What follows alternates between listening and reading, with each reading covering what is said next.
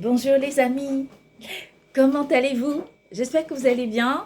Bah écoutez, moi aussi, en ce moment, je fais régulièrement des vidéos, je suis contente plutôt. Et je suis, ouais, ça me ravit comme ça de venir vers vous, de vous expliquer un tout petit peu certaines visions qui me viennent très rapidement comme ça. Donc je suis assez contente et satisfaite pour... euh, pour les vidéos que je fais en ce moment.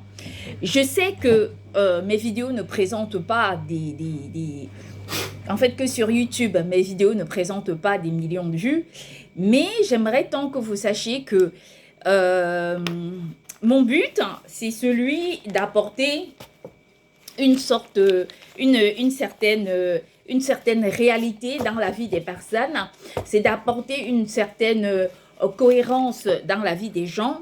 Et je pense que les personnes qui écoutent mes vidéos, même s'il n'arrive qu'à une personne d'écouter mes vidéos, en fait, elle est tout à fait en capacité de changer la vie de milliers d'autres personnes.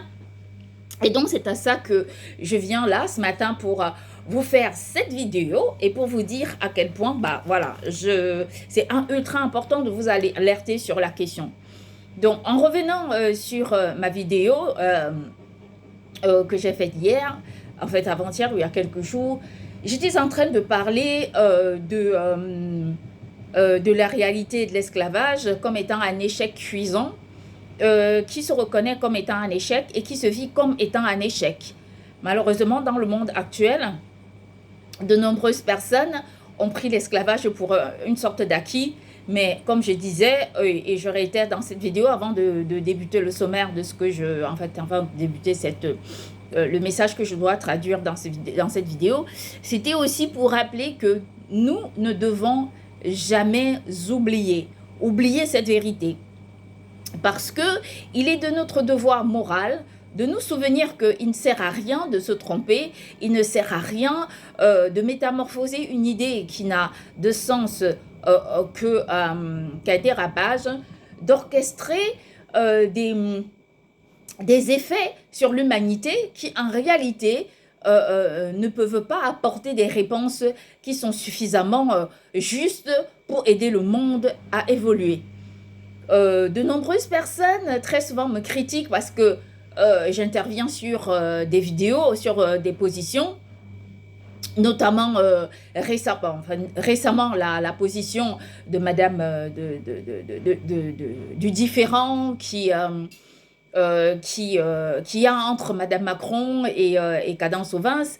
Vous savez, je vais vous dire une chose, c'est que de nombreuses personnes, j'entends leurs critiques, mais je vais leur dire que moi j'ai été la première à porter critique, à interpeller l'opinion générale sur la question comment il s'appelait encore je dis ça comme ça, c'est pas péjoratif, hein, c'est simplement parce que je suis en train de parler. Voilà, c'était voilà, Dominique Strauss-Kahn, un ex-premier ministre, je crois, c'est le ministre de l'économie en France, qui lui, en fait, quand il avait été accusé par cette histoire au Galton avec cette dame, tout le monde avait cru au scandale. Tout le monde croyait que c'était vrai. Moi, j'ai été la seule à me lever pour dire que c'était pas vrai, pour contester En fait, ce que je vais dire, c'est que il y avait quand même un consentement, parce que dans un hôtel, un homme de sa carrure violait une femme. C'était aussi facile. C'était aussi facile. J'étais la seule à me lever à dire non, je ne crois pas à cette histoire. Je n'ai pas regardé de position, je n'ai pas regardé des origines. Je ne me suis pas conduit comme des gens qui traduisent d'autres par rapport à leurs origines, d'où ils viennent, ce qu'ils sont, comment ils sont. Je suis quelqu'un de conventionnel. Et donc, j'ai pensé comme ça et je me suis dit que, en fait, ce qui était important et ce qu'il fallait faire, c'était vraiment cette réalité, euh, de remettre les choses dans leur contexte et de dire ce qu'on pense par rapport à notre vision. C'était une vision, c'était une position. Quand il a fallu que je prenne que je prenne position pour Puff Daddy, je n'ai pas hésité. Parce que, comme je vous ai dit, La faute porte une structure. Ce n'est pas parce que l'on a commis un péché ou une faute ou quelque chose, quoi que ce soit, qu'il n'y a pas un fondement. Comme moi, je dis toujours, pour avoir la première goutte d'eau dans un puits, non, c'est pas ça. Pour avoir un seau d'eau dans un puits, il faut avoir la première goutte d'eau. Donc, ça, c'est ultra important de rappeler que nous ne sommes pas parfaits. Nous ne sommes parfois, je me demande, dans notre monde, pour quelle raison est-ce qu'il doit exister des prisons, des commissariats, des choses comme ça. Et donc, ce que je vais dire, c'est que je sais que la plupart de mes vidéos me causent des problèmes, mais je crois qu'avec le temps, il y a des gens même qui me combattent, qui ont compris que mes vidéos n'ont que pour but de dire ce que d'autres pensent si bas et d'interpeller l'opinion collective et internationale à mettre en place une solution de la réparation des dommages que de nombreuses personnes ont causés à travers le monde en nous donnant la force et surtout cette capacité de porter un message divin au-delà même de l'adversité et des contextes qui aujourd'hui retardent cette question. Alors, je ne vais pas beaucoup m'attarder sur ce message parce que j'ai un autre message que je dois porter aujourd'hui. Et c'est pour cette raison que je vais titrer ce message en tant que tel, dans son contexte le plus réel, le plus original possible, dans sa numérisation la plus haute et la plus élevée, qu'importe ce que pensent d'autres personnes. Moi, je crois que... moi, je pense que dans la vie, ce qui est important de savoir, c'est aussi d'avoir cette honnêteté de conscience, de mettre,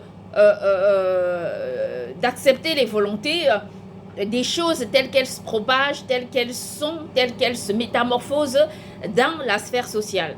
Bref, je vais parler aujourd'hui du pouvoir dans la religion. Qu'est-ce que c'est qu'avoir un véritable pouvoir? Le pouvoir dans la religion, c'est vraiment c'est le débat généralisé qui, alors je vais vraiment dire ça avec beaucoup de précision. C'est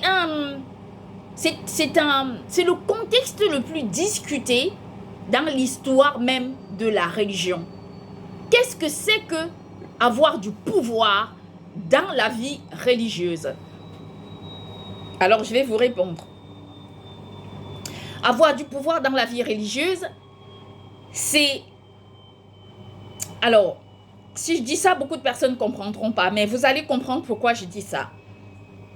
Qu'est-ce que c'est que le pouvoir dans la vie religieuse? Le pouvoir dans la vie religieuse, c'est tout simplement cette capacité de se positionner en tant qu'une personne qui, à la fois, sert Dieu et à la fois est capable de mener sa vie en toute tranquillité, en ayant en sa possession toutes sortes de richesses, de biens, de choses qui peuvent l'aider à accompagner sa vie, non pas à se tromper, mais à mener sa vie dans le contexte le plus original et le plus réel pour progresser. Alors, moi je dis ça parce que, vous savez, avant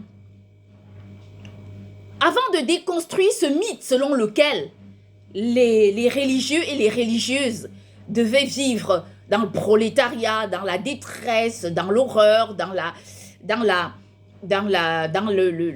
mendicité, ainsi de suite, moi je vais vous dire une chose, c'est qu'en réalité, le pouvoir religieux n'a rien à voir avec ce que les gens pensent.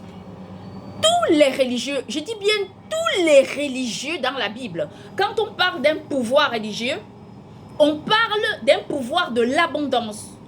On parle du regard du pouvoir même, ce qu'on appelle un pouvoir. Moi, dans ma connaissance dans la religion, j'aimerais tant qu'on vienne me citer une seule personne dans la Bible qui a été pauvre, qui a été démuni, qui n'a pas eu qui n'a pas eu un pouvoir quelconque. J'aimerais tant qu'on vienne me dire comment et où il faut être pauvre ou encore il faut vivre loin du pouvoir, loin de la richesse, ainsi de suite pour mener sa vie religieuse. Mais moi, je vais vous dire une chose, la plus sûre et certaine. Si je dois prendre l'exemple sur nos ancêtres Adam et Ève, je vais vous le dire sans ménagement. Regardez un peu comment ils avaient pu en fait hériter du monde. Qu'est-ce qui s'est passé? Une fois que le monde avait été créé, façonné, que quand on nous a raconté toutes les étapes de la vie religieuse, de la création du monde, et que Papa Yahvé notre Dieu avait créé Adam et Ève, nous avons pu constater que une fois que tout a été créé, c'est quand même ça qui est beau et qui permet à chaque religieux et à chaque religieuse de voir le contexte même du pouvoir comme n'étant pas un échec dans la religion, mais comme étant quelque chose de normal, comme étant un contexte normal. Je ne sais pas, c'est juste une réponse juste à la révélation divine. Et donc, j'aimerais tant que les personnes puissent voir le pouvoir, non pas comme une sorte d'erreur quand on est une personne religieuse, mais comme une sorte de réalité, je ne sais pas comment vous dire, pour que vous puissiez comprendre, comme n'étant pas, voilà, une sorte de faute, une sorte d'erreur, une sorte de dénigrement de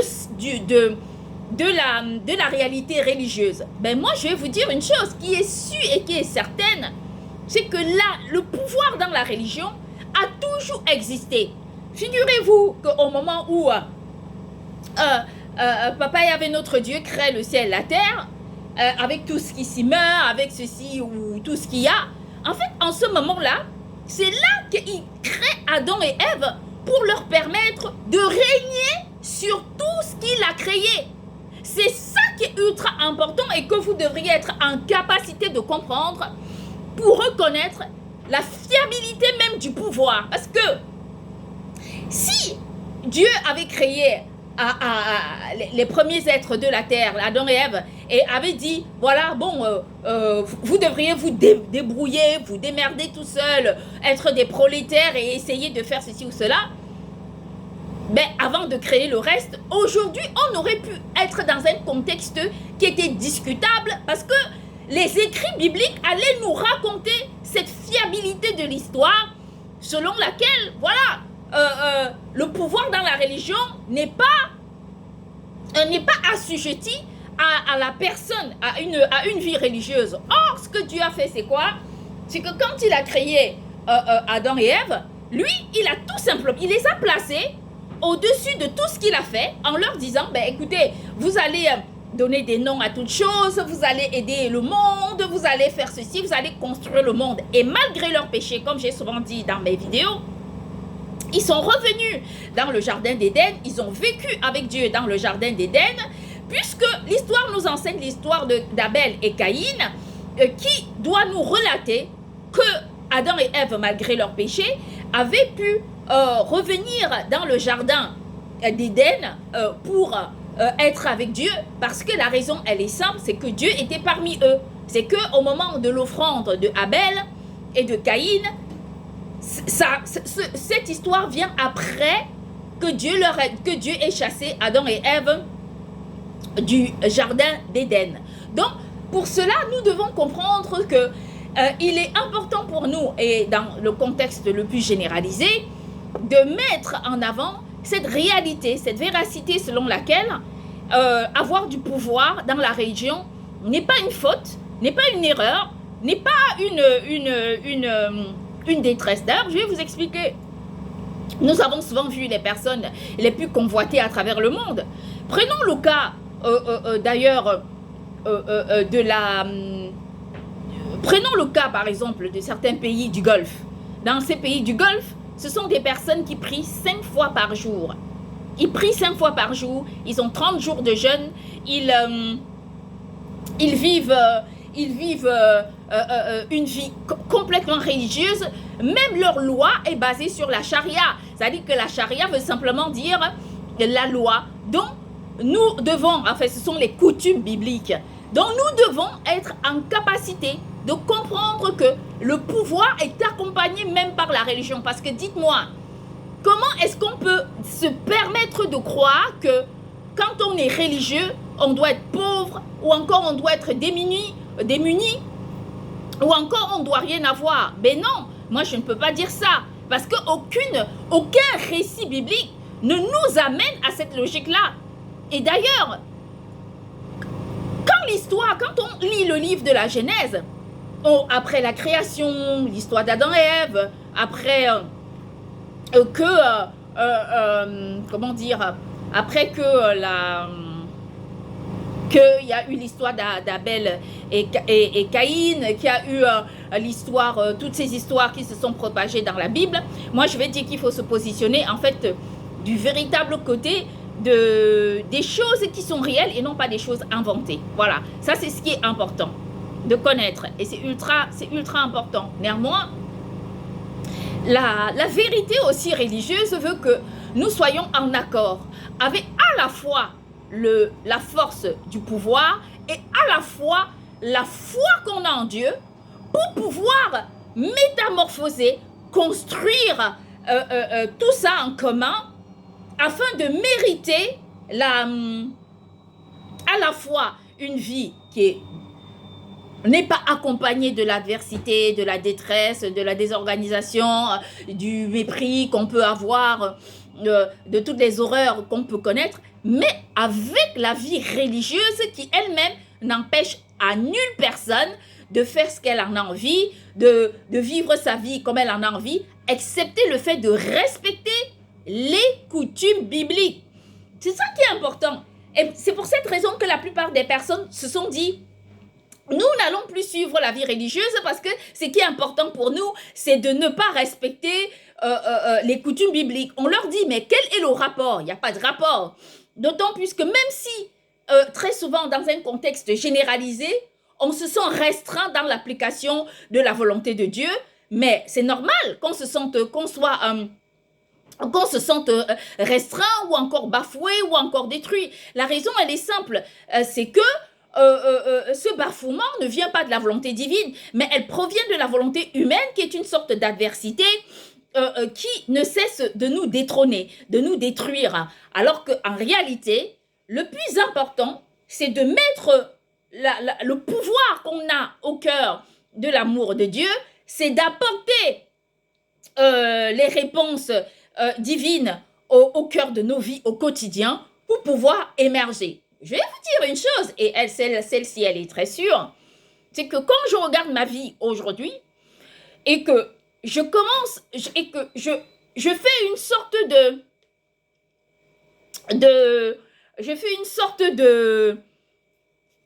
comment dire, une sorte de rapprochement avec la vie religieuse, et le fait d'avoir un pouvoir, je me dis que ce n'est pas parce que je prie 3 fois par jour que ça m'empêche de faire ce que je fais. Ce n'est pas parce que je prie, que je fais mes sabbats que ça m'empêche de faire ce que je fais. Parce que rappelons-le, très souvent, quand les personnes n'ont pas du temps, ne peuvent pas prier dans la journée, elles peuvent rattraper leur prière le soir. Donc ça, c'est ce qui est important. Et la plupart du temps, on nous dit quoi? La plupart du temps, on nous dit que non. Ce qui est bien, c'est simplement de refuser de prier Dieu. Mais ce n'est pas pour autant qu'on n'a pas de problème. Alors, je vais dire, si les personnes prient Dieu et qu'en même temps, elles se disent, OK, nous allons faire ce que nous avons à faire, en fait, elles ont 2 bénédictions.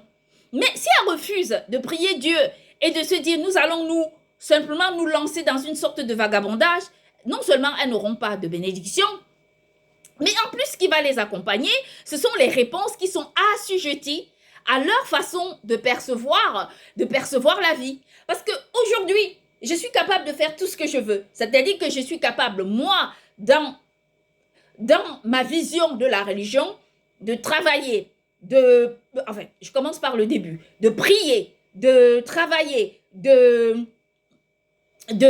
vivre, de gagner de l'argent, de mener ma vie comme j'entends, de passer de belles vacances quelque part, de faire ce que je veux, de m'acheter ce que je veux, de m'offrir ce que je veux. À côté de ça, la religion, en fait, n'a rien à voir avec le fait de tenir un pouvoir. La religion n'a rien à voir. Que les personnes, je vous dis ça parce que j'ai déjà abordé cette question. Il y a quelques années, j'avais déjà abordé cette question. Parce que des gens me faisaient croire que le fait que je sois une fervente croyante, que moi j'aime Dieu, que je veux servir Dieu, en fait, les personnes me faisaient croire que je devais être une personne pauvre. Or, moi, je leur disais une chose qui est si et certaine, c'est que si une personne me rend pauvre, alors Dieu les appauvrira jusqu'au dernier centime. Parce que la vérité veut que on ne peut pas aimer Dieu et être une personne pauvre. La vérité veut que quand on aime Dieu, qu'on soit une personne qui soit élevée, construite, déterminée à aider d'autres personnes, ainsi de suite. Et il est hors de question de penser que l'on puisse créer l'appauvrissement dans la vie d'une personne qui a envie d'aider d'autres personnes, d'une personne qui a envie tout simplement d'apporter tout ce qu'elle peut au monde entier pour l'aider. Alors, il n'y a pas de vérité là-dedans. On sort maintenant du contexte religieux pour atteindre une autre dimension de la réalité religieuse. Par exemple, quand je vous dis ça, prenons l'exemple sur moi. Moi, je vais prendre l'exemple sur moi parce que si je prends l'exemple sur une autre personne, on dira oui, bon, l'histoire d'Adam et Ève, c'est une histoire qui est biblique, on ne sait même pas. Aujourd'hui, peut-être que cette histoire, ceci, cela. Bon, je vais prendre l'exemple sur moi-même pour parler. Alors, prenons le cas sur moi. Quand j'avais commencé à écrire à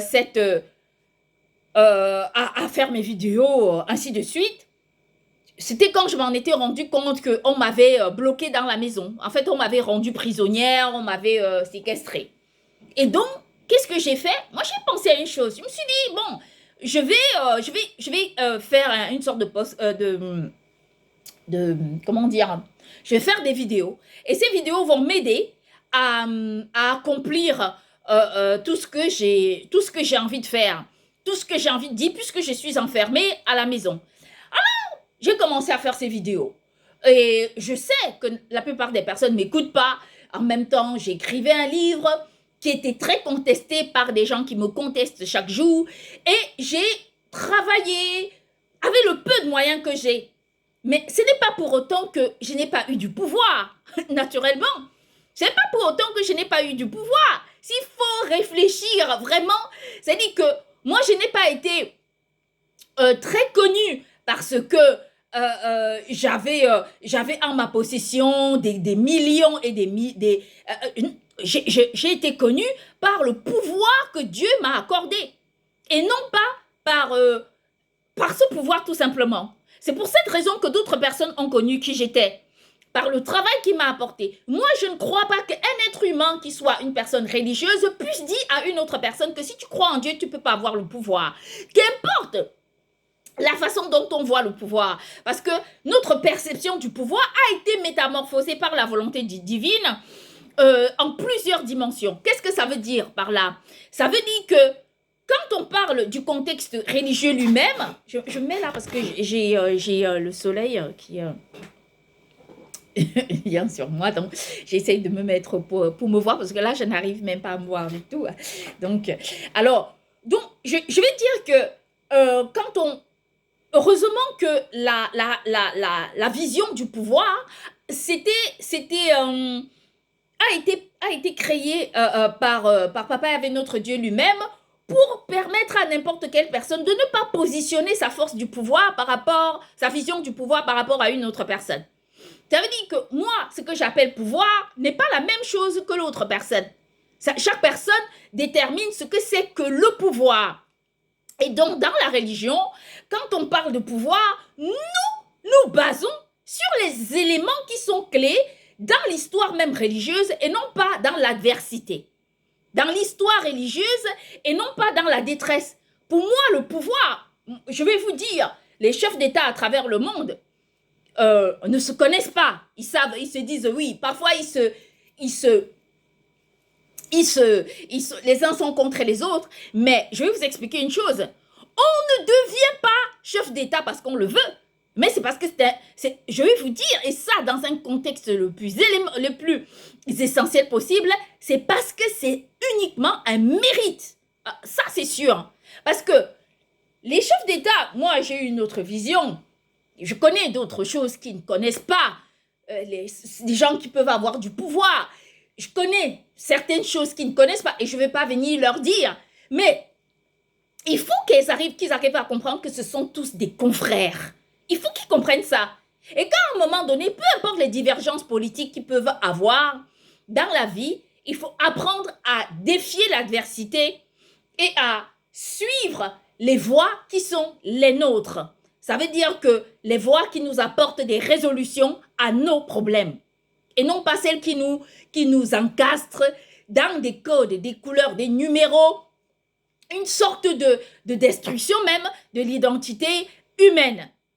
Alors, moi, ce que je vais dire, c'est que quand je regarde des chefs d'État aujourd'hui, je suis capable de connaître un tout petit peu.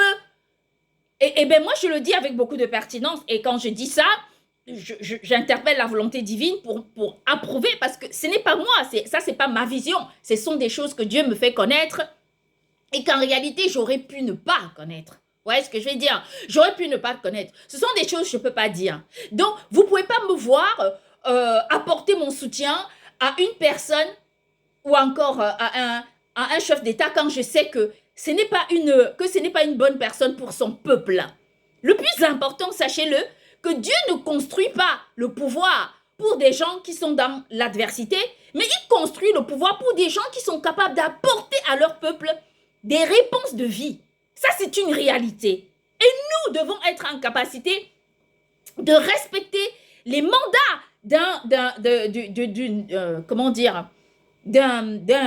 d'une personne qui est à la tête qui dirige des gens pour leur permettre de faire leur mandat, de suivre leur mandat sans faille, sans problème, sans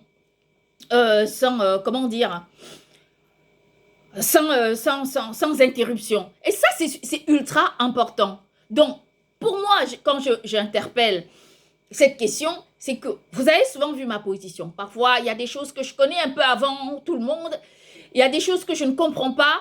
Mais ce n'est pas pour autant que moi, je sois une personne qui me montre, je sais pas moi, dominatrice ou encore orgueilleuse ou non. Vous m'avez vu dans mes faiblesses les plus terribles. Vous me connaissez, moi, dans mes faiblesses. J'ai mes faiblesses et je les connais. Je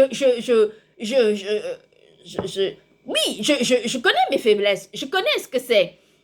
C'est pas pour autant que il m'arrive des moments où je me mets à prier, où je me mets à pleurer, à hurler, à supplier Dieu de me pardonner pour mes faiblesses. Peut-être que je me sois trompée. Peut-être que j'ai mal utilisé le nom de Dieu. Peut-être que si ou ça. Dieu sait que nous sommes des personnes qui n'avons pas toujours la force. Et tout le temps, il est là pour nous répondre. Il est toujours là pour nous aider. Le plus important pour Dieu, c'est de connaître la façon dont notre cœur est vu, la façon dont nous pouvons l'aimer, la façon dont nous pouvons lui apporter des réponses et qui sont assujetties aux réponses humaines tout simplement. Parce que le but, c'est l'humanité. Le but, ce n'est pas forcément le pouvoir. Comment est-ce qu'on peut avoir du pouvoir si on ne peut pas l'octroyer, je vais dire ça, à un être humain? Comment est-ce possible? On ne peut pas avoir du pouvoir quand on n'est pas capable d'élever une autre personne. C'est-à-dire que le pouvoir en lui ne doit jamais causer de problème à une personne qui est religieuse. Moi, je vais dire, il y a la religion, naturellement, et il y a le pouvoir. Ce sont deux choses différentes, mais qui vont ensemble. Parce que, imaginons-nous le monde que... je vais dire une chose avec précision. Que Papa avait notre Dieu a créé. Imaginez qu'il ait enlevé le pouvoir aux gens. Mais, pardon, excusez-moi, mais dites-moi quel Dieu Dites-moi, franchement, je vais vous poser cette question. Dites-moi quel est le Dieu qui peut créer un monde aussi magique? Pourquoi de nombreuses personnes refusent la religion? Parce qu'elles veulent aller à la plage. Qui a créé la plage? Je vous pose la question. Qui a créé la plage? Mais naturellement, c'est papa, il y avait notre Dieu. Des gens ne veulent pas, veulent aller sur les îles parce que c'est beau, parce que c'est... Qui a créé les îles? Mais c'est papa et avec notre Dieu. Donc, on ne peut pas se permettre cette facilité d'esprit de nous dire, ah oui, mais puisque on est religieux, on ne peut pas croire en Dieu. Mais moi, je vais leur dire une chose. Je vais leur dire une chose. Que vous vous trompez gaillardement. Parce qu'en réalité, la religion en elle-même ne peut enlever le pouvoir à qui que ce soit. La religion en elle-même. Je vais vous expliquer, et ça dans le contexte le plus essentiel. Pourquoi on vous éloigne de la religion? Pourquoi? Il y a des gens qui font tout pour vous éloigner de la religion, mais c'est normal parce que la religion donne le pouvoir. Quand je prends l'exemple sur moi, quand j'avais commencé à faire mes vidéos, en fait, je n'avais rien, je n'avais aucun moyen. Tout ce que j'avais, c'était un téléphone portable que j'avais et que j'utilisais pour faire mes vidéos.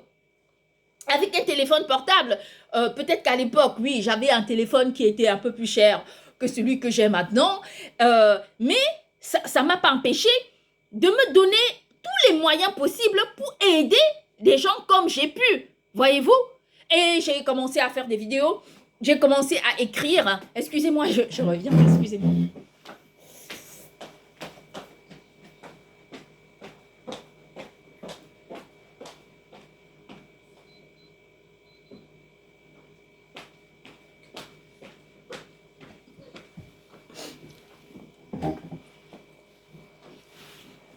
Excusez-moi, je suis allée, j'avais un truc à faire.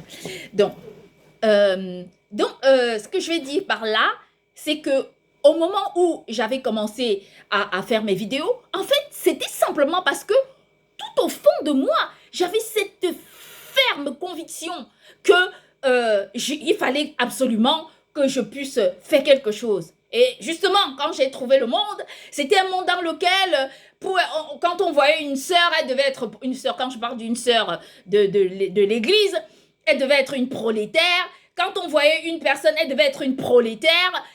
Mais moi, je leur ai dit non, ça ne peut pas marcher comme ça. On ne peut pas être... Je leur ai expliqué mais on ne peut pas être l'enfant de Dieu et être pauvre. Comment est-ce possible? Regardez comment il a créé le monde. Alors, je ne vais pas m'éterniser là-dessus. Et donc, j'étais simplement en train de vous dire ceci pour que nous puissions comprendre la force même du pouvoir dans la religion. Parce que si les êtres humains réussissent à allier et la religion et le pouvoir, ce monde se portera très bien. Et ça, c'est le tout du problème dans le monde entier.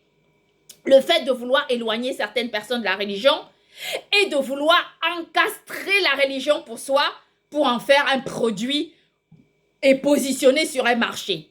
C'est tout ce que je peux vous dire. Et ça, c'est la réalité. Bon, bref. Donc,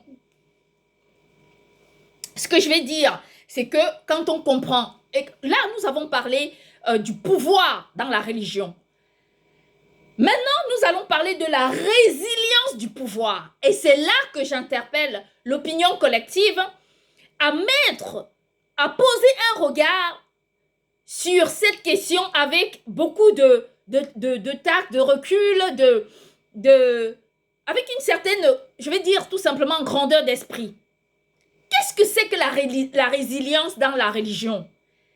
C'est cette humilité profonde. C'est cette humilité profonde. Ce côté-là qu'on a de percevoir, la religion non pas comme étant une sorte de... Non, le pouvoir religieux, non pas comme étant une sorte de produit pour dominer d'autres, mais comme étant une sorte de chance, comme étant une sorte de beauté de la vie, comme étant une sorte de remerciement de la vie. C'est ça que ça veut dire. La résilience dans la religion n'est autre chose que cette capacité de se dire, d'accord, il y a le pouvoir de la religion. Dieu est capable d'apporter des réponses cohérentes à nos questions au-delà de l'adversité. Et le pouvoir de la religion, c'est aussi cette humilité, ce regard qu'on pose sur soi et on se dit, mais pourquoi moi? Et cette façon de percevoir la vie avec beaucoup d'humilité pour chaque jour servir le monde avec une vision beaucoup plus élevée que ce que l'être humain veut nous faire croire. Je vais dire pourquoi. Je n'ai jamais été aussi humble que ces années. Je n'ai jamais été aussi reconnaissante. Je n'ai jamais je n'ai jamais eu un cœur aussi grand et aussi immense, aussi fort que ces années. Parce que je m'en suis rendu compte que quand j'ai été séquestrée par l'adversité, détruite par l'adversité, ce que Dieu a fait pour moi, il a eu pitié de moi. Dieu a eu pitié de moi. Il m'a dit, ok, il n'y a pas de problème.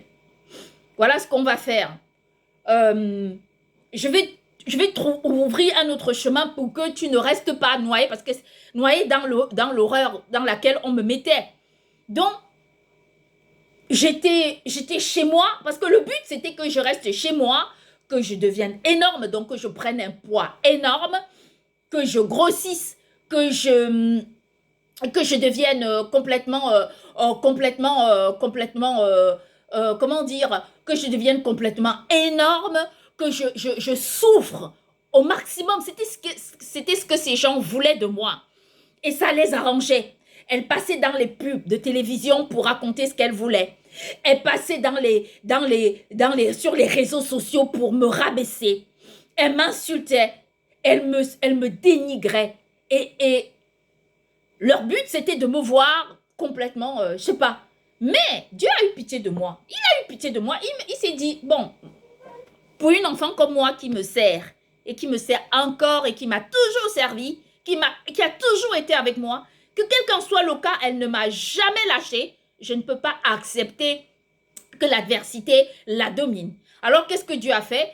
Il m'a donné ce pouvoir encore plus important d'écrire. Alors, je n'avais jamais trouvé autant d'épanouissement dans l'écriture. J'ai commencé à écrire. C'était comme si je jouais au piano. Voilà, je vais simplement dire ça. C'était comme si je jouais à un instrument musical. J'écrivais et l'écriture, Dieu avait... Non.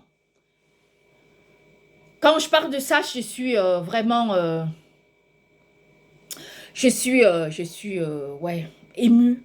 Émue parce que Dieu m'a sauvée de la main de l'adversité. Je vous dis la vérité. Dieu m'a sauvée. Dieu a sauvé ma vie. Dieu a fait quelque chose d'assez incroyable pour moi. C'est pour cette raison que vraiment, je veux vous dire, ma foi en Dieu, et je ne dis pas qu'elle est seulement grande. Il n'y a pas de mots. Il n'y a pas de mots. Il n'y a pas de mots. Il n'y a pas de mots pour dire combien j'aime Yahvé notre Dieu. Il n'y a pas de mots. Dieu m'a enlevé de la main de l'adversité. Et il m'a élevé. Parce que ce que voulait l'adversité, c'était de m'éteindre pour toujours. C'était de me détruire. C'était de me sortir, comment dire, de la ligne de vie. Dieu m'en a donné. Il m'a apporté la vie, Dieu. Dieu m'a fait ça. Dieu a fait ça pour moi. Et comme je dis souvent, hier, j'ai chanté une chanson et je parlais à Dieu et je disais, tant Dieu m'a donné ce pouvoir, tant dans ce monde, moi j'ai envie que l'adversité s'estompe au profit du nom de Papa avec notre Dieu, parce que je vais vous dire la raison. J'aimerais tellement que le monde soit illuminé par son nom, parce que ce que Dieu fait pour l'être humain dépasse tout ce que l'être humain peut donner à une autre personne. Je vous rassure. Quand je me souviens que quand j'écrivais, les mots venaient plus vite que je ne frappe sur mon clavier. J'ai appris à écrire très rapidement sur mon clavier parce qu'il fallait que je suive les mots. Parce qu'il fallait que les mots me viennent, que je suive les mots qui me venaient. J'ai commencé à écrire tous les jours. J'écrivais. C'était vraiment, j'écrivais tout le temps.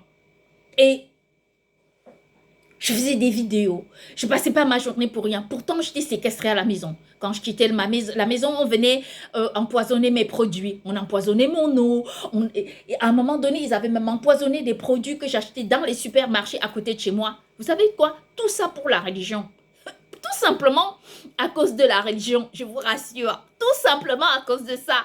Et donc, je ne me suis pas arrêtée. Moi, j'ai eu confiance en Dieu. J'ai mis ma confiance en Dieu.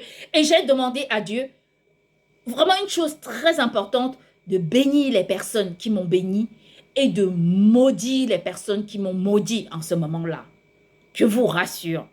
Et la réponse que je vous dis, c'est que quand je sortais à la rue et que je croisais les êtres humains, oh, quelle chance j'avais. Je me disais, oh, je croise des gens. Je vous rassure que quand je voyais les gens rire, j'étais heureuse de rire. J'étais heureuse de voir leur rire. J'étais contente de rencontrer les gens. Qu'importe leur couleur, qu'importe d'où ces personnes venaient, qu'importe d'où elles provenaient, oh, j'étais contente. Je les voyais rire. C'était comme si le rire aussi m'appartenait parce qu'on avait séquestré ma vie. L'adversité avait séquestré ma vie pour rien. Pour rien. Et je suis restée là. J'ai demandé à Dieu de récupérer ma vie entre les mains de l'adversité. Et c'est comme ça qu'il avait m'a entendu. Qu'il s'est dit, d'accord, je me tiens à tes côtés pour récupérer ta vie de la main de l'adversité. Et quand je vous dis ça, je fais ce témoignage parce que j'ai écrit dans certains livres, je disais que leur sourire était mon sourire. Les voir se promener, les imaginer comme des touristes, était pour moi comme aller en voyage, comme faire aller en vacances. Parce qu'au moment où j'avais décidé de partir en vacances, ils ont tout de suite créé une loi pour que je ne puisse pas prendre le TGV. Le TGV. Tout de suite, il fallait absolument être vacciné parce que jusque-là, c'était donc pendant la Covid, jusque-là, les personnes pouvaient prendre le TGV sans vaccin. Et moi, j'avais programmé mes vacances. Et donc, ils ont tout de suite voté une loi pour m'empêcher d'aller en vacances. En fait, ils voulaient m'enlever tout sourire, m'enlever toute joie et me remettre au clan même de la détresse infinie. Mais moi, ce que j'ai demandé à Dieu, c'était que cette adversité-là retourne sur ces personnes. Que Dieu bénisse ceux qui m'ont béni et que Dieu maudisse les personnes qui m'ont maudit. Ça, c'est une réalité. La résilience dans le pouvoir, quand Dieu donne du pouvoir, qu'importe. Et quand je parle de la religion, je veux aussi inviter toutes ces personnes qui ont une position sociale élevée. Ou peu importe, chacun est élevé de sa façon. Il existe des gens qui sont élevés parce qu'ils ont des milliards.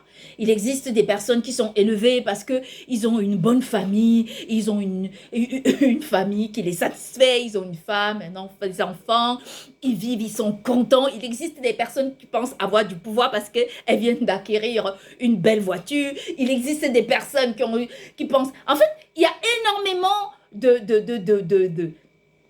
Le pouvoir est perçu de plusieurs façons. Voilà, c'est pour cette raison que qu'importe la façon dont on voit le pouvoir, il faut interpeller la résilience du pouvoir. Parce que la meilleure façon d'avoir le pouvoir, c'est vraiment de servir les gens. Et Dieu nous l'a montré que l'adversité ne peut pas gagner sur la réalité, sur l'originalité. Parce que ce qui est original est original. Ce qui est vrai est vrai. Ce qui est sûr est sûr. Qu'importe ce qui se passe. Comme Dieu dit souvent, on joue au match, il y a les ceci, les cela. Je ne veux pas parler des éliminatoires, les quarts finales, demi-finales, ainsi de suite, jusqu'à arriver à la finale et le gagnant gagne. Ça, c'est sûr et certain.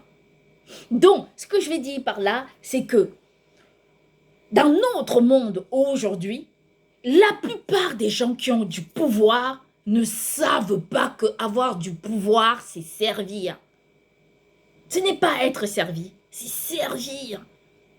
Parce que quand Dieu a créé le ciel et la terre et tout ce qui s'y meut, il a créé quoi? Il a créé Adam et Ève et il les a mis au-dessus. Il a le fait pour eux. C'est ça qui est différent. Ça veut dire que c'est ça la différence. C'est ce que l'être humain ne comprend pas dans la résilience du pouvoir. Avoir du pouvoir, ok, mais savoir avoir cette vision-là de l'humilité. Parce que c'est en servant d'autres qu'on s'élève. On a vu dans notre monde aujourd'hui des gens qui ont voulu rabaisser les gens à cause du pouvoir. Comment s'est comporté le monde? Comment est-ce que Dieu a fait? Mais il leur a répondu exactement avec la même façon. Donc, quand on connaît la résilience du pouvoir, c'est vraiment cette façon la plus juste, la plus grande de nous dire qu'il faut être humble. Non pas humble parce que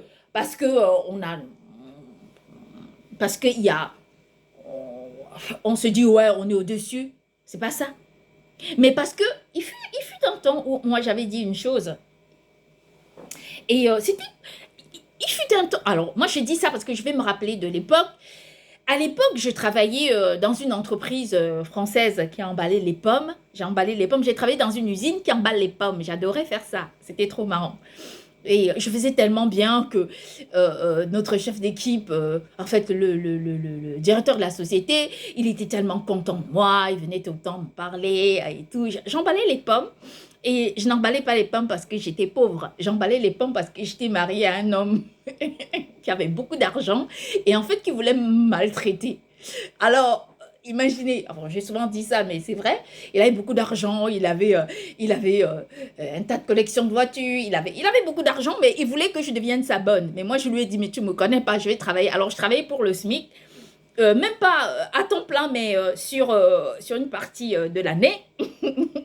C'est trop marrant parce que c'est trop marrant parce que je me souviens que quand j'avais été dans cette usine pour emballer les pommes et que quand j'ai donné mon nom, les gens m'ont dit mais qu'est-ce que tu fais dans cette usine?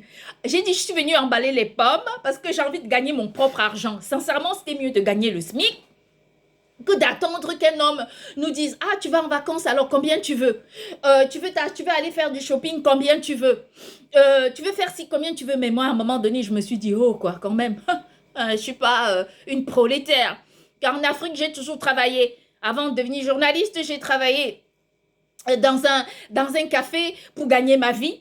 J'ai été serveuse, j'ai fait toutes sortes de métiers pour gagner ma vie. Moi, je ne vais pas venir en France, rester là comme ça, à être après un homme et lui dire « Ah oui, chérie, tu veux qu'on fasse ci, je t'ai fait le petit déjeuner. Ok, je vais faire tout ça, mais j'ai besoin de gagner ma vie. Je vais apporter tout l'amour qu'il faut. Je veux recevoir tout l'amour qu'il faut, mais je veux gagner ma vie. » Et donc, j'ai été emballer les pommes à la Sokavam. Et à Valence d'Argent, j'ai adoré cette période de ma vie. J'ai adoré emballer les pommes. Et d'ailleurs, je me suis fait de bonnes amies que je salue dans cette vidéo si elles arrivent à regarder. Une dame extraordinaire que j'ai croisée, qui m'a apporté tant, ainsi de suite. En fait, bref. Donc, j'emballais les pommes dans cette usine. Et il fut un temps, je ne sais pas quel était le président qui était au pouvoir. Je ne sais pas quel était le président qui était au pouvoir. En fait, il était question de... En fait, il y avait eu une loi qui devait passer en France, je ne sais plus laquelle, pour que les salariés, en fait, pour donner plus de pouvoir aux personnes, aux dirigeants, ainsi de suite, bref, quelque chose comme ça. Et il m'est venu une chose, j'ai dit que mais quand on a du pouvoir, on a déjà du pouvoir. À quoi ça sert de dominer les gens? À quoi ça sert de détruire les personnes? À quoi ça sert de les décimer? À quoi ça sert? Quand on a du pouvoir, on l'a entre les mains. C'est ça la différence entre avoir l'intelligence et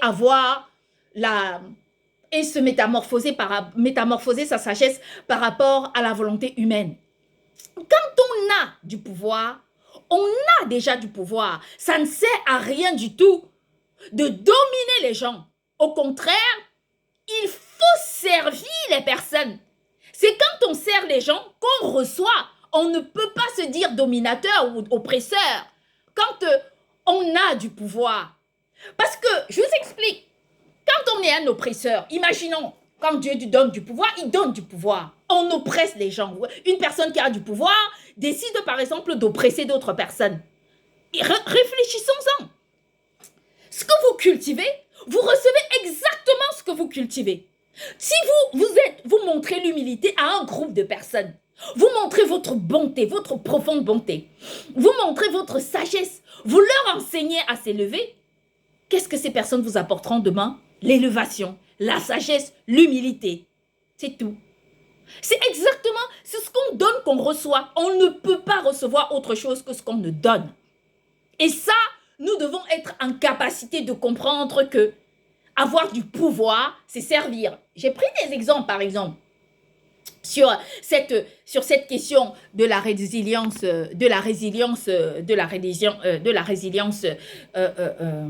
du pouvoir. Imaginons comment on comprend le pouvoir. Voilà deux personnes qui ont des voitures, qui ont une voiture. Je vais prendre ça parce que c'est l'exemple que j'ai pris dans mon livre. C'est l'idée qui m'était venue. Voilà une personne qui a une voiture. Sa voiture l'agace, elle veut plus de cette voiture, ça l'embête, ça l'emmerde. Elle décide de vendre sa voiture. Elle vend sa voiture à une personne qui reprend sa voiture, qui fait la carrosserie, qui apprend même à faire la mécanique pour comprendre comment est-ce que je peux faire pour arranger cette voiture. Elle apprend à faire fonctionner et finalement, elle trouve que sa voiture est trop belle et elle garde sa voiture. Un jour, la personne qui a vendu la voiture et la personne qui l'a achetée se retrouvent devant un supermarché et sur le parking d'un supermarché. Et quand la personne qui a vendu la voiture voit la voiture, elle se dit « Oh là là, je ne savais pas que cette voiture était aussi belle. » Vous voyez?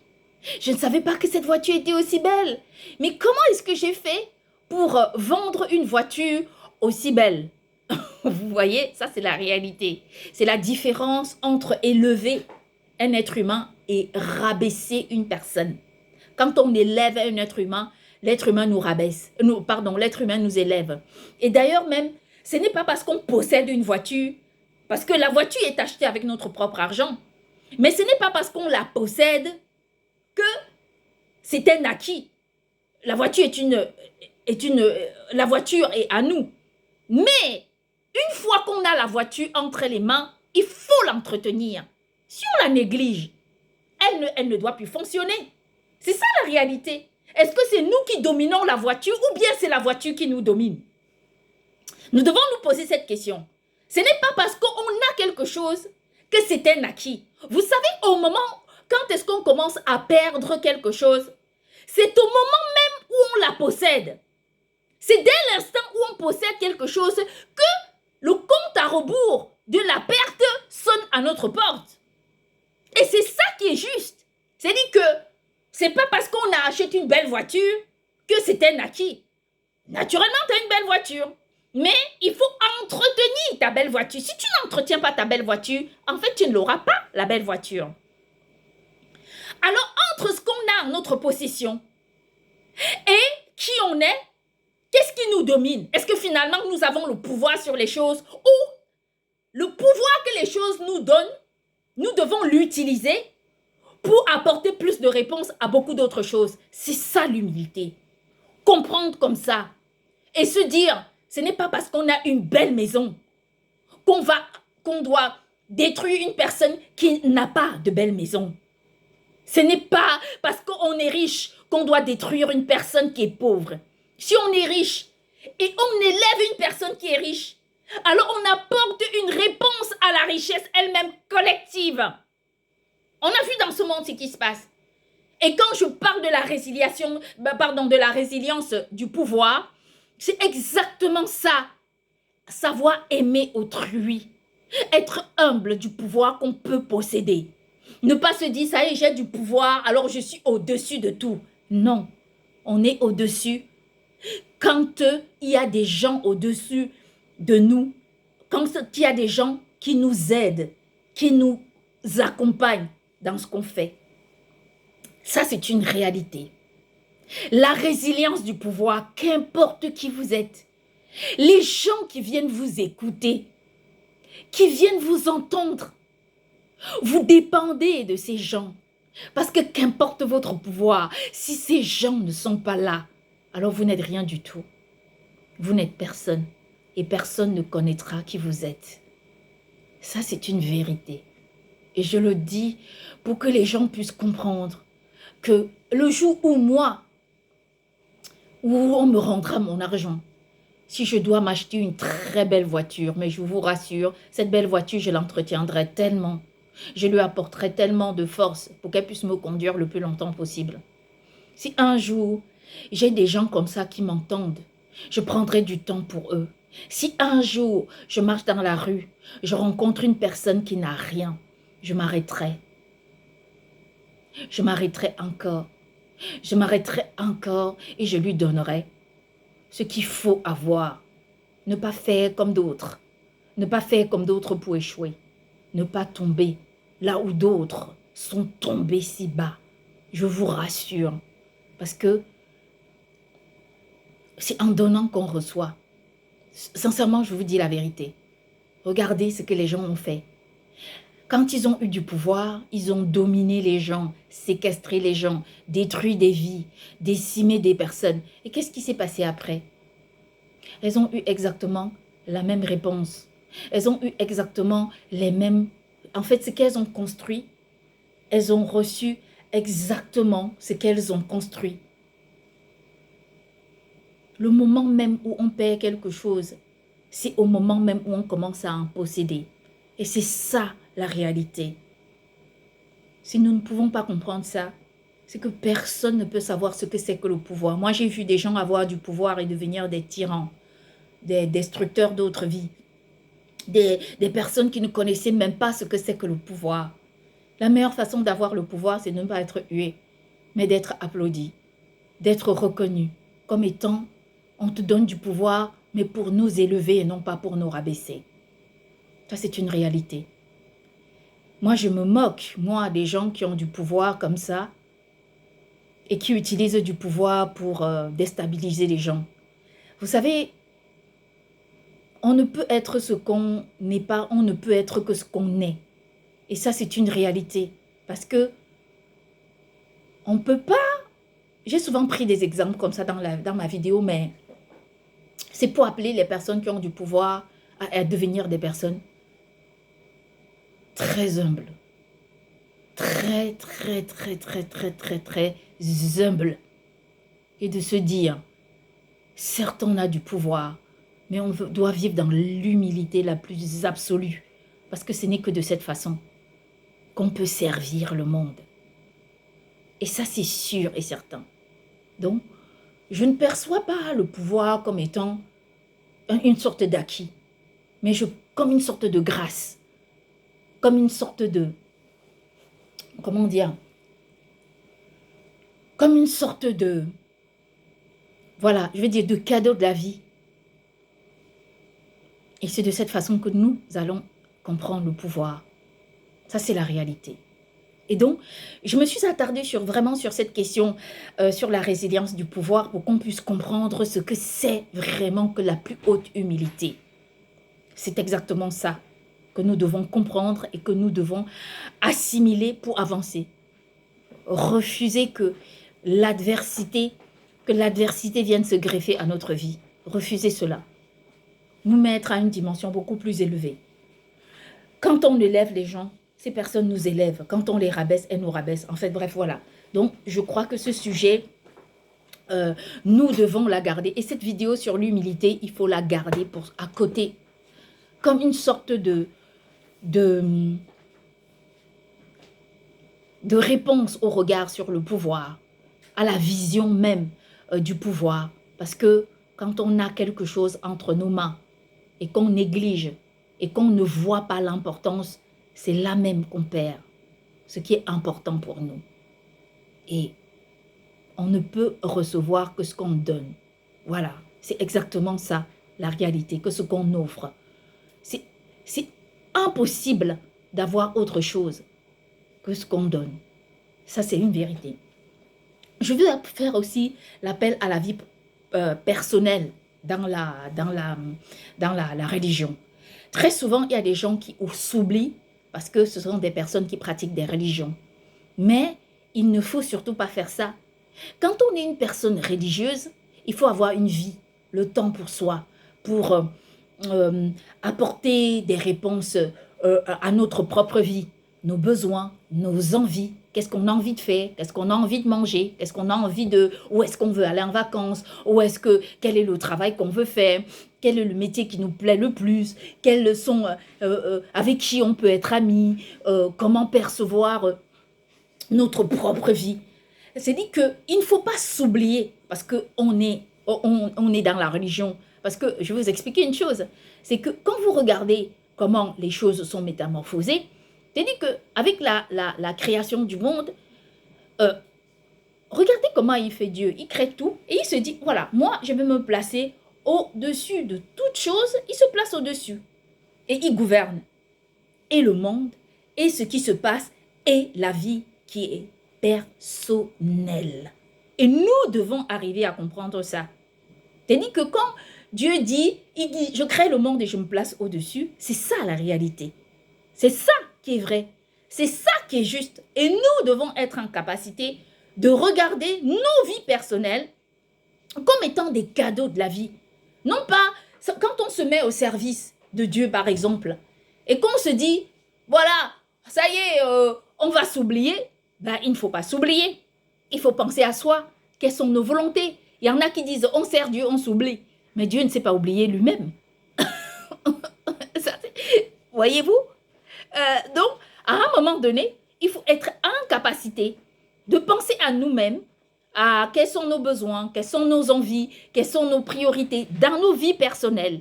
Et non pas de nous dire que, puisqu'on sert Dieu, on va s'oublier. On ne peut pas s'oublier. Ce n'est pas normal. Donc, toute cette vidéo, vraiment, elle est faite sur la vie d'une personne qui croit en Dieu, parce que c'est ultra important de composer tous ces éléments pour identifier et la vie d'une personne religieuse. Et par ailleurs, la beauté dans la religion, j'ai plus besoin d'en parler. Tous les jours, nous sommes à la quête du beau temps. Tous les jours, nous sommes à la quête d'un, je ne sais pas moi, comment dire, de belles choses. Tous les jours, nous sommes à la quête permanente, en effet, d'un beau ciel. Ben oui, oui. C'est ce que les êtres humains recherchent, la beauté. Mais si on est à la quête de tout ça, et on ne peut pas être beau nous-mêmes, alors ça n'a pas de sens. On ne peut pas vivre au milieu même de la beauté par incandescence, par excellence, et ne pas être beau. La beauté d'une plage. Quand vous allez à la plage, si vous devriez regarder entre vous et la plage, qu'est-ce qui est plus beau? C'est vous ou la plage? C'est ça la question. Qu'est-ce qui est plus beau? Qu'est-ce qui est plus beau? Vous allez me dire que c'est quoi?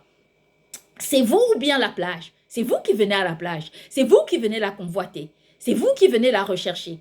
Alors, en ce moment-là, vous comprenez très bien qu'il y a une différence entre vivre dans le dénigrement du soi, parce qu'on se dit croyant, et vivre dans la beauté même, par, je sais pas, je vais dire, par incandescence, par réalité, qui en réalité, je vais dire ça, a toujours su accompagner la beauté qui est d'abord tout à fait divine et humaine. Voilà, ça c'est ultra important. Donc voilà, moi je voulais dire ça sur la question de la beauté.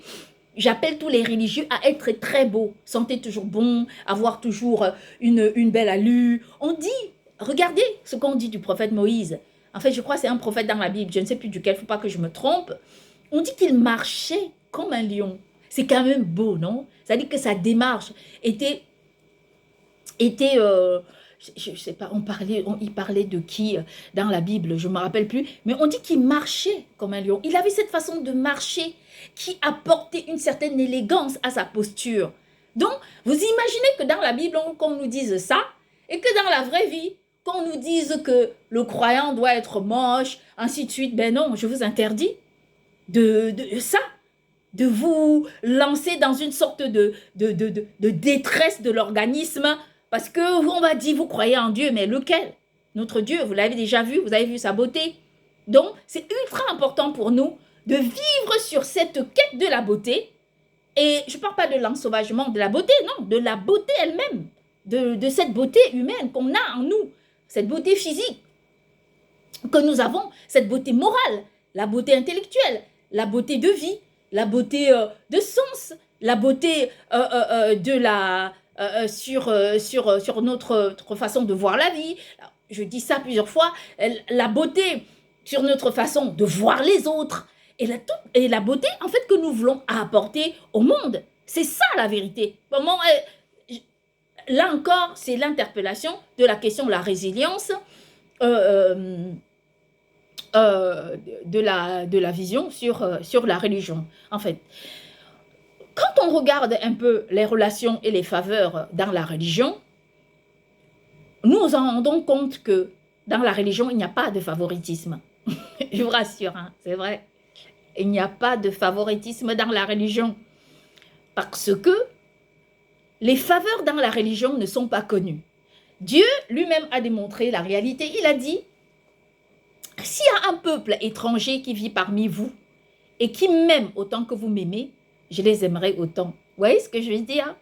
C'est-à-dire que plusieurs fois Dieu dit, vous avez été, Dieu dit, souvenez-vous que vous avez été étranger au pays d'Égypte. Alors s'il y a un étranger qui vit parmi vous et qui m'aime autant que vous m'aimez, je l'aimerai autant qu'il m'aime. Vous voyez, ça c'est ultra important de reconnaître que dans notre religion, il n'y a pas de favoritisme.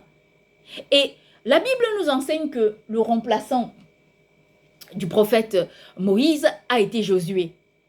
Alors, si moi j'ai une autre information qui va...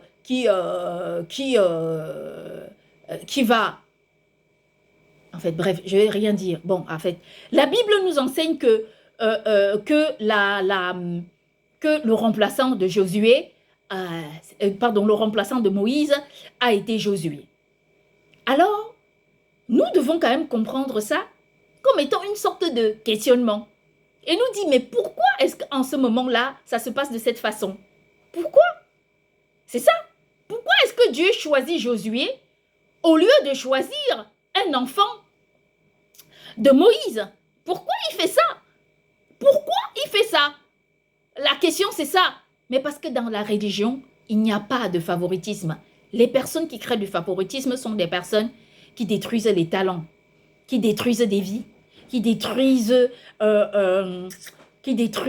la réalité même humaine, la réalité même universelle. Les personnes, il n'y a pas de favoritisme dans la religion. Ce n'est pas parce qu'on est religieux qu'on est mieux qu'une personne qui n'est pas religieuse. Parce que quand on regarde, par exemple, le film Les 10 commandements, au moment où Moïse, ça c'est le film, mais au moment où il fait entrer des Égyptiens chez lui, en fait, il ne regarde pas qui est de quelle couleur. On connaît des peuples aujourd'hui qui sont des ségrégataires, mais total. Il suffit d'avoir une autre couleur pour elle, pour ne pas représenter quelqu'un. Il suffit d'être d'une autre couleur pour elle, pour être des personnes que l'on dénigre. Pendant longtemps, ça s'est vu comme ça. Moi, je vais vous dire, il y a un peuple que je plains et que je plaindrai toujours. Que pendant cette guerre, je ne sais pas ce que ce peuple devient. En effet, ce sont les Falachas d'Éthiopie qui vivent en Israël. Ces peuples ont été relégués au dernier rang. Ils vivaient dans des taudis. Dans leur synagogue était construite en pierre. Amen. Même la lumière divine s'intensifie. Leur synagogue était construite en pierre, en tôle. Ils étaient maltraités. Ils étaient relégués à la classe même du dénigrement. Qu'est-ce que Dieu a fait? En fait, ils n'avaient même pas le droit. C'est-à-dire que ce peuple était tellement dénigré qu'ils n'avaient même pas le droit de monter un restaurant. Ça, c'était en Israël. Pourtant, on sait que les Israéliens, à la fois, menaient leur religion, qui faisaient les sabbats, toutes les fêtes religieuses, ainsi de suite. Mais Dieu leur avait apporté un pouvoir tellement important que nul ne pouvait discuter leur pouvoir. Le monde entier faisait quoi? Le monde était à leurs pieds. Ce qu'ils voulaient, ça se passait. Or, ils ont pris un peuple en 1975, quand ils ont commencé à faire entrer le peuple des Falachas d'Éthiopie en Israël. Ils ont ramené ce peuple de leur propre gré. Ils ont ramené ce peuple là-bas Et une fois que ce peuple est entré là, ce peuple est devenu je sais même pas, le jouet de Israël. Ils ont été bafoués, séquestrés, détruits, stérilisés. Vous en rendez compte? Ce peuple n'était personne. Personne ne les connaissait. Mais la seule personne qui les connaissait, c'était Papa Yahvé, Dieu lui-même et les Israéliens. Et pourtant, Dieu a regardé. Personne n'était là. C'est ça la force de la résilience du pouvoir. C'est comme ça qu'il faut comprendre l'humilité quand Dieu nous donne la force. C'est au moment où personne ne nous connaît, au moment où on n'a pas de voix, au moment où on n'est rien et qu'on n'espère rien et qu'on n'attend rien du tout, qu'en ce moment-là, on fait ce qui est juste et bon pour autrui. Qu'en ce moment-là, quand on interpelle les gens qu'on a rencontrés dans nos vies, les gens qu'on a connus, les personnes qu'on a croisées, que tout le monde soit dans l'unanimité en disant « On n'a jamais vu quelqu'un d'aussi bon que cette fille. » Ça, c'est la vérité. Quand personne ne nous connaissait. C'est ça. C'est pour cette raison qu'il y a des gens dans ce monde qui me connaissent depuis très longtemps, qui ont confiance en moi, qui savent que si on donne ce monde entre les mains de cette femme, je vous rassure que n'importe quelle personne sur cette terre trouvera sa place parce qu'elle donnera tout ce qui est en son pouvoir pour aider ce monde à aller mieux. Et ça, c'est une vérité. Partout où je suis passée, ce que j'ai fait de ma vie, comment j'ai intervenu dans la vie des gens, j'ai toujours su me rabaisser pour répondre aux besoins d'autres personnes.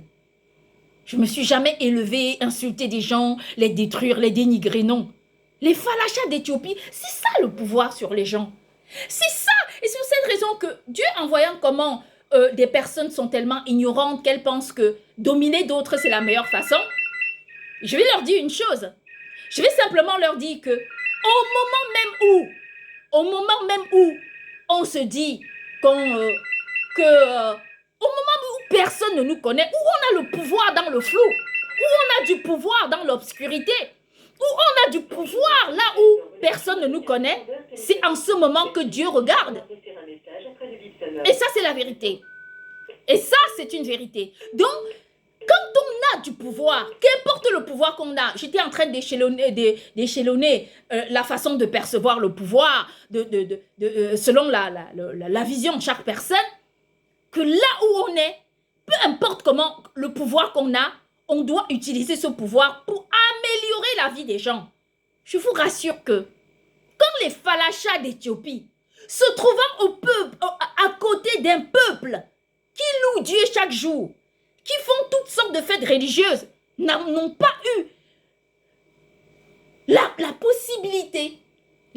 En fait, ils n'ont pas eu pitié d'eux. Voilà, c'est ça, ils n'ont pas eu pitié. Tout ce qu'ils ont voulu, c'était de les détruire et de les détruire encore. Mais Dieu était là. Il regardait. Il ne savait pas que Dieu regardait. Est-ce qu'il est venu intervenir pour les falachas d'Éthiopie? Non. Il a dit quand Dieu donne du pouvoir, il n'assoit pas le pouvoir parce que c'est une obligation. Mais il le fait parce qu'il reconnaît que là où je mets mon pouvoir, je mets mon cœur. Et ça, c'est une vérité. On nous demande souvent pourquoi Dieu laisse faire. Moi, je vous demande. J'ai déjà évoqué la question. Vous nommerez un ministre et vous ne lui donnerez pas du pouvoir pour accomplir sa tâche. Les falachas d'Éthiopie, quand ils se sont retrouvés en Israël, non pas par leur propre volonté, parce que les Israéliens sont venus les chercher. Vous imaginez comment ils se sont retrouvés? Mais complètement rejetés. C'est ça qui est pire. Quand on regarde aujourd'hui, on se dit, mais discutez quelque chose. Commençons par les falachas d'Éthiopie. Qu'est-ce que vous avez fait pour eux quand il fallait? Pourquoi aujourd'hui vous croyez que vous allez mieux faire? Pourquoi aujourd'hui vous pensez que c'est possible de faire mieux? Alors on vous pose la question pour savoir pourquoi au moment où personne ne connaissait les falachas d'Éthiopie, Où ce peuple était entre vos mains. Vous étiez venu en 1975 les chercher en Éthiopie. Vous n'avez pas pu leur apporter des réponses humaines qu'il fallait. Ça, c'est ultra important. Pour se poser la question et se dire, parfois c'est mieux d'arrêter avec la démagogie. Avec, oui, si tu pries comme ça, tu es de notre côté. Je prie comme Dieu m'a appris à prier, pas comme vous voulez que je prie. Je ne prie pas de votre façon. Je ne fais pas ce que vous faites. Et s'il y a une chose qui est sûre, ça me conforte, c'est qu'aujourd'hui, moi je me demande avec la guerre, ce que ce peuple, les Falachas d'Éthiopie sont devenus. Et ça, c'est quelque chose pour moi qui me préoccupe et qui me préoccupera encore. Je ne dis pas que je ne suis pas soucieuse des autres, d'autres, mais je me pose seulement la question que quand tout allait bien, en fait, ce peuple était déjà détruit. Mais alors là, avec la guerre, qu'est-ce que ce peuple devient? Et c'est ça la question. Aussi, que pour savoir que dans la religion, il n'y a pas de faveur. Là où vous êtes, quel qu'en soit l'endroit où vous vous trouvez, ne faites pas de mal à quelqu'un. Ne faites pas que ce qu'il ne faut pas à une personne. Quand vous voulez témoigner, témoignez de la façon la plus juste possible. Ne vous égarez pas. Ne soyez pas dans le favoritisme. Parce que c'est ultra important de savoir que quand on compose en soi la foi qu'on a en un véritable Dieu et non pas un Dieu imaginaire, alors là, on est capable d'apporter des réponses les plus humaines à chaque personne dans ce monde. Et j'ai abordé cette question et je voulais parler voilà, de la question de l'amour dans la religion. Alors, la plupart du temps, les religieux ont cette impression qu'il ne faut pas trop s'aimer ou démontrer son amour ou, ou, euh, ou témoigner son amour à une personne. Mais moi, je leur dis, j'ai déjà parlé de la romance religieuse. Dans toutes mes vidéos, vous allez voir une vidéo, si vous défilez sur mes vidéos, vous allez voir écrit la romance religieuse. Ça existe, la romance religieuse. Et donc, il y a un livre dans la Bible que moi, vous savez, je n'aime pas lire ce livre parce que c'est un peu très particulier comme livre. Hein, parce que il faut que vous lisiez ce livre. C'est le Cantique des Cantiques. Ce livre s'appelle comme ça, le livre des Cantiques. En fait, dans ce livre, il y a une histoire incroyable d'amour qui lie en fait des gens. Et en fait, c'est pas des gens, c'est en effet un couple. Et donc, dans ce livre, qui est très très surprenant par rapport à tous les autres livres bibliques, parce que ce livre vient en effet contredire toutes les réalités bibliques. Il faut avoir vraiment la connaissance divine pour sortir le livre des Cantiques de tout le contexte religieux et de comprendre que, en réalité, la romance religieuse a toujours existé. Je ne vais pas revenir sur la question, tout le monde le sait, la question qui avait la question en effet d'amour entre le prophète Abraham, je cite par ordre chronologique, entre le prophète Abraham et la prophète Sarah, entre le prophète Isaac et sa femme, je crois c'était Rebecca, et entre le prophète Jacob et, en fait, et Rachel, voilà, c'est ça. Et donc, nous devons être en capacité de comprendre que la romance religieuse a toujours existé et qu'elle existera toujours. Donc, ce n'est pas parce que les personnes sont des personnes croyantes qu'elles ne vont pas donner l'amour. Or, c'est dans la religion qu'il faut vraiment apporter beaucoup d'amour. Parce que la religion n'est qu'amour, n'est que fête, n'est que bonté, et la démonstration même de l'endurcissement n'est pas une question religieuse. La religion apporte que de l'amour. Dieu ne regarde que nos cœurs. Dieu ne regarde que nos vies. Dieu ne regarde que la façon dont on est capable d'offrir à une autre personne. Parce que ça, c'est l'histoire biblique. Ce qu'on offre, ce qu'on peut apporter à autrui. Comment on peut faire sur autrui de la façon dont on peut faire tout le temps. Ça, c'est vraiment c'est-à-dire que l'humanité même est au cœur même du projet de la volonté divine. Ça, c'est la vérité. Et la richesse dans la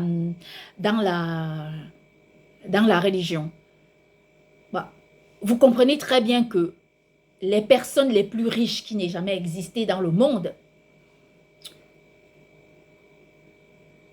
ne sont pas les personnes qui ont naturellement séquestré des gens, mais ce sont des personnes qui ont toujours su utiliser leur richesse pour apporter des réponses aux autres êtres humains. Je vais prendre l'exemple du prophète Abraham. Alors, commençons, on ne va pas parler de l'abondance qu'avaient Adam et Ève. Eux, leur abondance était simplement incroyable. Personne ne peut contester cela. Dieu avait créé le monde et il les a placés au-dessus du monde entier. Vous imaginez un peu ce que ça peut faire? Donc, c'est une façon pour vous dire que la richesse même avec la religion compose tout à fait. On ne peut pas se croire religieux et être pauvre. Parce que lequel a été Adam et Ève? Qui? Le prophète, quel prophète dans la Bible? Parlons-en, le prophète Abraham ou encore quel prophète qui a été pauvre? Quand on connaît la richesse du prophète Abraham, le prophète Isaac a hérité de toute la richesse de son père et également de la richesse que son père lui avait donnée. Et lequel prophète en fait? Le prophète Jacob, quand on sait très bien que Papa avait notre Dieu, avait béni ce qu'il avait fait. Lequel prophète au fait? Le prophète, quel prophète? Quel est le prophète dans la Bible qui a été pauvre? Le prophète Joseph qui a été placé au-dessus même de l'empire égyptien. Lequel prophète? Quel est le prophète de la Bible? Parlons du prophète Moïse. Lui, Dieu lui a tout donné. Dieu lui a même, au lieu de lui donner simplement la richesse et tout ça, il lui a donné un pays. Il lui a donné tout un territoire dans le monde entier. Vous pouvez imaginer un peu ce que c'est? Vous pouvez imaginer comment la perception de la richesse ou encore parlons-en. Et quelle est la personne dans la Bible qui a été pauvre? Quelle personne? Nous ne pouvons même pas limiter notre sagesse à ça. Josué, c'est Josué qui a conduit ce projet, d'après ce que la Bible nous explique. Qui, en fait, on peut parler de qui? On peut parler du prophète Samuel. Personne n'a eu l'abondance puisque lui, il n'a jamais manqué de quoi que ce soit. D'ailleurs, c'est lui-même qui a été celui qui avait été nommé pour partir choisir le roi David. Et nous devons être en capacité de comprendre que la richesse pour nous n'est qu'une question normale dans la question biblique. On ne peut pas nous dire que nous soyons des gens pauvres et que nous soyons des croyants en Dieu. Parce que Dieu bénit, il a toujours béni et c'est comme ça. Quand on regarde la richesse du roi David, qui a été plus riche que le roi David? Dites-moi, d'autant plus que quand on parle des succès, des prouesses qu'il a eues, de tout ce qu'il a pu apporter dans sa vie, sans parler, c'est-à-dire que là, on n'évoque même pas l'héritage de son fils Salomon, qui lui, en fait, il a hérité des richesses de son père. Qui a été plus riche que le roi Salomon? Donc, je peux continuer de citer d'autres personnes et je peux citer des prophètes comme le prophète Isaïe, comme de nombreux autres prophètes dans la Bible. Je peux citer aussi un prophète que d'autres personnes connaissent. Et c'est un prophète qui me fait...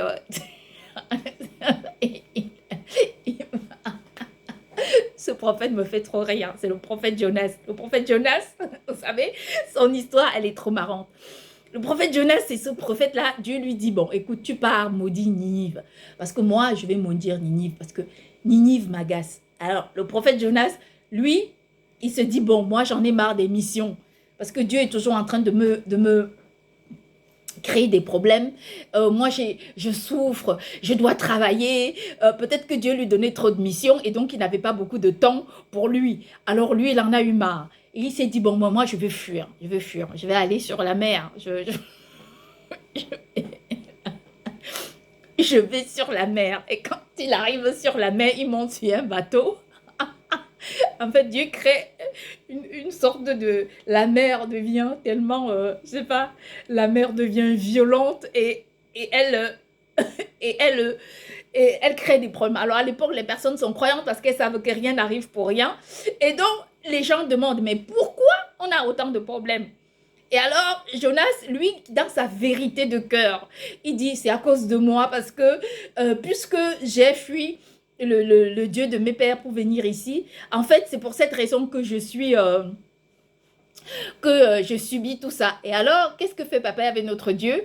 Lui, il enlève, il dit à Jonas, je vais te punir, je vais te jeter dans le ventre d'un poisson et tu vas voir ce qui va se passer. Donc, il le jette dans le ventre du poisson et il passe 3 jours dans le ventre du poisson.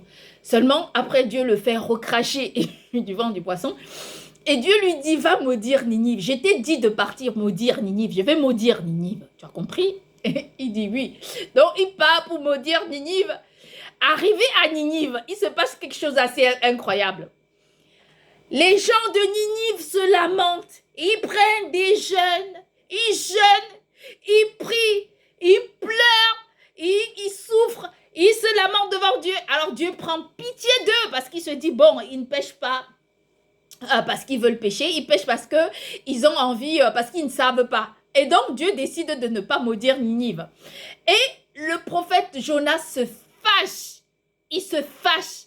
Il dit, je savais. C'est trop marrant cette histoire. Je le savais. Je savais que tu étais comme ça. Je savais que c'était ta façon de faire parce que je te connais. Depuis que je travaille avec toi, c'est tout ce que tu sais faire. Tu m'envoies toujours vers des missions et ces missions, tu ne les accomplis pas. Mais qu'est-ce que ça aurait pu faire? Que les gens de Ninive se lamentent, que les gens de Ninive pleurent. Mais si tu m'envoies pour une mission, au moins tiens à ta parole. Si tu dis que tu vas les maudire, maudis-les. Au moins, ne me dis pas, va maudire, et après tu prends pitié. Mais pourquoi tu as fait ça? Et donc, c'est une histoire.